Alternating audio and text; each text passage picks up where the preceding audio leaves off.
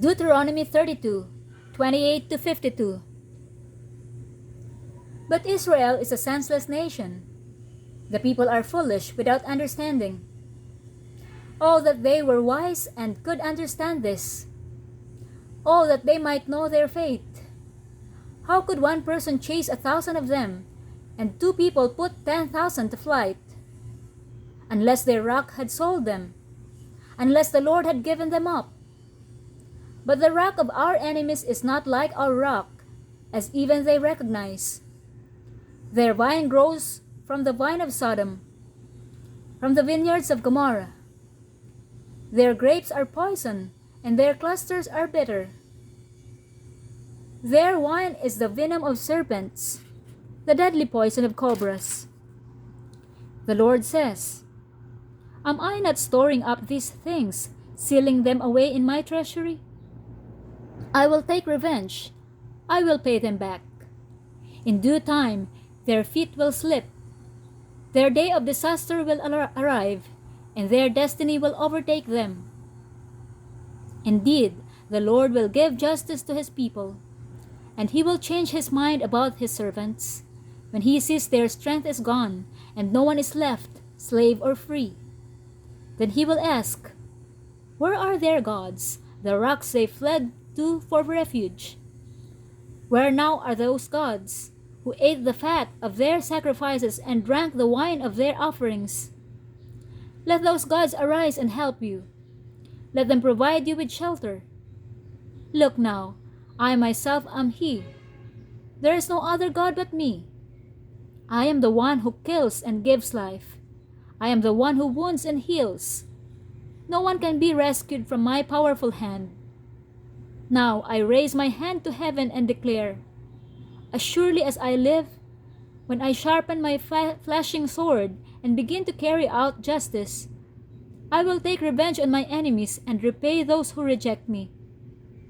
I will make my arrows drunk with blood, and my sword will devour flesh, the blood of the slaughtered and the captives, and the heads of the enemy leaders.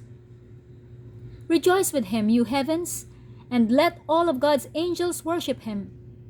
Rejoice with his people, you Gentiles, and let all the angels be strengthened in him. For he will avenge the blood of his children. He will take revenge against his enemies. He will repay those who hate him and cleanse his people's land. So Moses came with Joshua, son of Nun, and recited all the words of this song to the people. When Moses had finished reciting all these words to the people of Israel, he added, Take to heart all the words of warning I have given you today. Pass them on as a command to your children so they will obey every word of these instructions. These instructions are not empty words. They are your life. By obeying them, you will enjoy a long life in the land you will occupy when you cross the Jordan River. That same day, the Lord said to Moses, Go to Moab, to the mountains east of the river, and climb Mount Nebo, which is across from Jericho. Look out across the land of Canaan, the land I am giving to the people of Israel as their own special possession. Then you will die there on the mountain. You will join your ancestors just as Aaron your brother died on Mount Hor and joined his ancestors.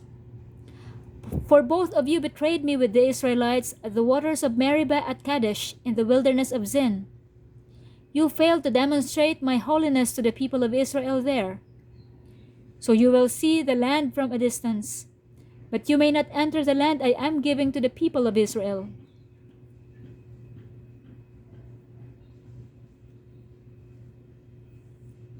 Luke 12:35-59. Be dressed for service and keep your lamps burning, as though you were waiting for your master to return from the wedding feast. Then you will be ready to open the door and let him in the moment he arrives and knocks. The servants who are ready and waiting for his return will be rewarded. I tell you the truth, he himself will seat them, put on an apron, and serve them as they sit and eat. He may come in, the middle of the night, or just before dawn. But whenever he comes, he will reward the servants who are ready. And understand this: if a homeowner knew exactly when a burglar was coming, he would not permit his house to be broken into. You also must be ready all the time, for the Son of Man will come when least expected. Peter asked, "Lord, is that illustration just for us or for everyone?" And the Lord replied, "A faithful, sensible servant is one to whom the master can give the responsibility of managing his other household servants and feeding them. If the master returns and finds that the servant has done a good job, there will be a reward. I tell you the truth, the master will put that servant in charge of all he owns. But what if the servant thinks, 'My master won't be back for a while,' and he begins beating the other servants, partying, and getting drunk? The master will return unannounced and unexpected, and he will cut the servant in pieces and banish him with the unfaithful. And a servant who knows what the master wants, but isn't prepared and doesn't carry out those instructions, will be severely punished. But someone who does not know and then does something wrong will be punished only lightly. When someone has been given much, much will be required in return. And when someone has been entrusted with much, even more will be required. I have come to set the world on fire, and I wish it were already burning. I have a terrible baptism of suffering ahead of me, and I am under a heavy burden until it is accomplished. Do you think I have come to bring peace to the earth? No, I have come to divide people against each other. From now on, families will be split apart, 3 in favor of me and 2 against, or 2 in favor and 3 against. Father will be divided against son, and son against father. Mother against daughter, and daughter against mother. And mother-in-law against daughter-in-law, and daughter-in-law against mother-in-law." Then Jesus turned to the crowd and said, "When you see clouds beginning to form in the west, you say, 'Here comes a shower.' And you are right. When the south wind blows, you say, 'Today will be a scorcher.' And it is. You fools! You know how to interpret the weather signs of the earth and sky, but you don't know how to interpret the present times. Why can't you decide for yourselves what is right?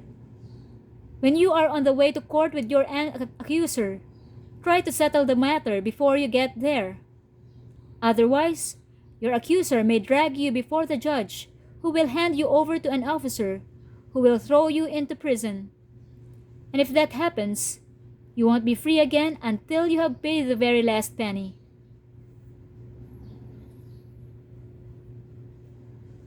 Psalm 78, 56-64.